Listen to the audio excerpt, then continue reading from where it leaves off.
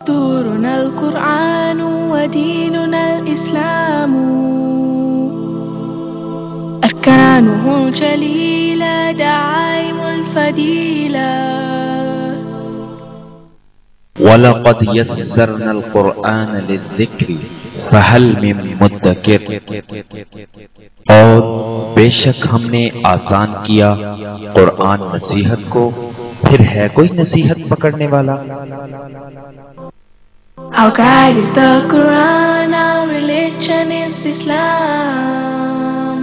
5 noble pillars upholding what is virtuous.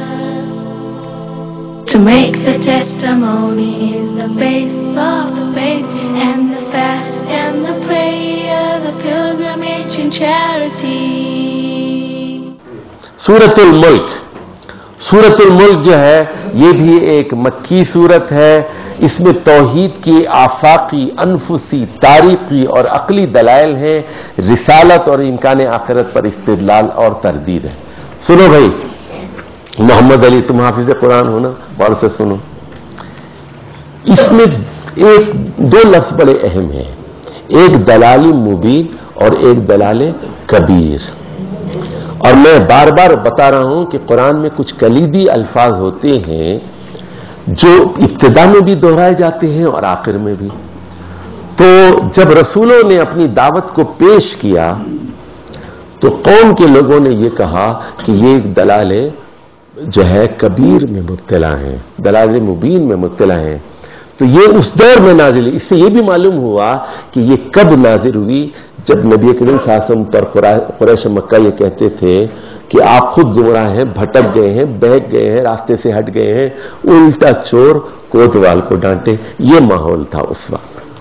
اور اس وقت آخر میں بتایا گیا بچوں بہت جلد پتہ چل جائے گا من ہوا فی دلال مبین، تم گمراہی میں ہو یا ہم ہو، بہت جلد معلوم ہو جائے گا۔ اچھا جی، 2-3 بڑی اہم باتیں۔ پہلے پیراگراف ان کو ذرا سمجھ لیجئے۔ پہلے پیراگراف میں دعوت توحید ہے اور مقصد تقلید انسانی بیان کیا گیا ہے، لیبلوکم ایکم احسن عملا۔ انسانوں کو پیدا کرنے کا مقصد یہ ہے، وہ دیکھنا چاہتا ہے عمل کے اعتبار سے کون زیادہ بہتر ہے۔ دوسری دعوت میں منکرین دعوت رسالت کا انجام بتایا گیا ہے۔ تیسرے پیراگراف میں مومنین دعوت توحید کا انجام ہے، یہ جو ہے یہاں دوزخ والوں کا، یہ جنت والوں کا۔ چوتھے پیراگراف میں توحید کا اس بات ہے۔ 5ویں میں منکرین آخرت و توحید سے بحث اور مجادلہ ہے۔ 6 میں کافروں کو قیامت سے ڈرایا گیا ہے۔ آخر میں توحید کا اس بات اور شرک کی تردید ہے۔ چند اہم باتیں بتا دوں۔ دنیا جو ہے یہ اللہ نے کیا کیا، یہاں موت اور خلق الموت والحیات، موت اور زندگی کا نظام ہے۔ دیکھیے موت جو ہے 60 سال میں نہیں آتی، 70 سال میں نہیں آتی، کبھی ماں کے پیٹ میں آ جاتی ہے، کبھی پیدا ہو کے بچہ مر جاتا ہے، کبھی 2 سال میں، کبھی 5 سال میں، اور کبھی ایسا ہوتا ہے کہ جوانی میں مر جاتا ہے، کبھی ایسا ہوتا ہے گاڑی سجا کے اور پھول پہن کے نکاح کے لیے جا رہا ہے، نکاح سے پہلے موت آ جاتی، اور کبھی ایسا ہوتا ہے بغل میں بیوی کو دبا کے میاں بیوی دونوں نکاح پڑھوا کے آ رہے ہیں، ایکسیڈنٹ ہوتا ہے، دونوں مر جاتے ہیں۔ کبھی جوانی میں موت آتی ہے، تو موت اور زندگی کا جو نظام ہے، کبھی جوانی میں، کبھی بچپن میں، کبھی بوڑھاپے میں، کبھی جو ہے ادھیڑپن میں، اس کا مقصد کیا ہے، لیبلوکم ایکم احسن عملا۔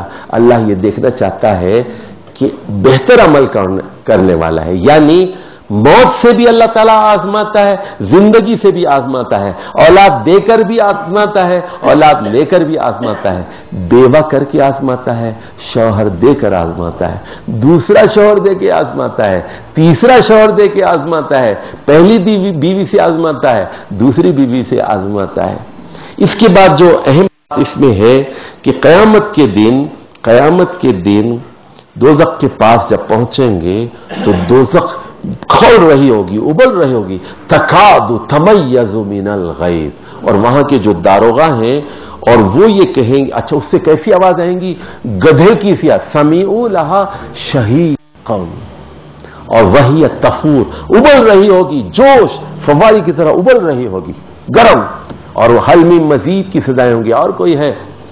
اور تو وہاں پر جو داروغہ ہوگا دوزخ کا، وہ یہ پوچھے گا، بے وقوف ہو تم یہاں آ گئے، اس میں جانے والے ہو، الم یاتکم نذیر، کوئی ڈرانے والا، کوئی رسول نہیں آیا؟ کیا تم پر اتمام حجت نہیں ہوئی؟ تم نے ان کی باتیں تسلیم نہیں کی؟ اس کے بعد پھر وہ یہ کہیں گے، اگر ہم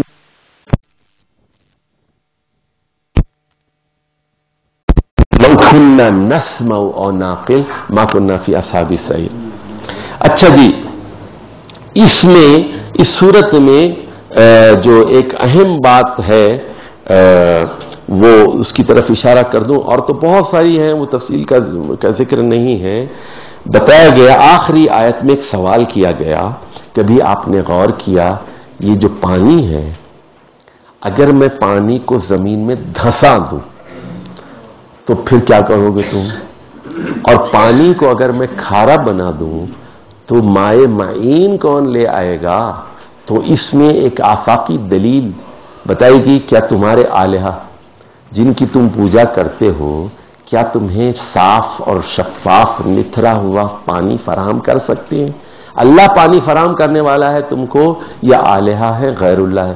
کیا کوئی فرشتہ، کوئی نبی، کوئی رسول، کوئی ولی، کوئی صحابی جن کے آستانوں پر تم جاتے ہو، عرس میں، قوالی میں، طواف اور چادریں چڑھاتے ہو، کیا تمہیں مائع معین لا کر دے سکتے ہیں؟ نتھرا ہوا صاف پانی لا کر دے سکتے ہیں؟ اور پانی کے بغیر زندگی کا سوال ہی پیدا نہیں ہوتا۔ سورۃ الملک کے بعد سورۃ نون والقلم ہے، نون والقلم،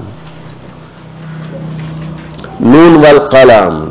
اچھا جی، ہمارے اکثر جو علوم قرآن کی کتابیں ہیں نا، اس میں یہ کہتے ہیں دوسرے نمبر پر نون والقلم نازل ہوئی، یعنی پہلے اقرا بسم ربک الذی کی 5 آیات نازل ہوئی اور دوسرے نمبر پر نون والقلم۔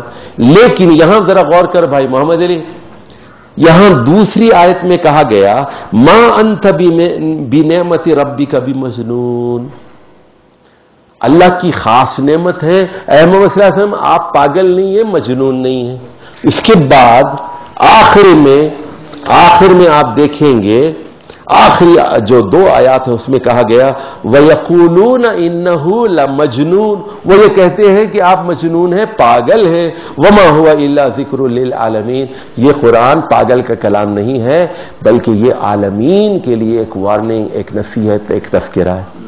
تو ابتدا میں بھی مجنون کا ذکر، آخر میں بھی مجنون کا ذکر، تو معلوم یہ ہوا یہ دوسرے نمبر پہ نازل نہیں ہوئی بلکہ خفیہ دور میں 3 سالوں میں بھی نازل نہیں ہوئی، بلکہ اعلان عام کے بعد دور الزامات میں نازل ہوئی، جب آپ صلی اللہ علیہ وسلم کو مجنون اور پاگل کہا جا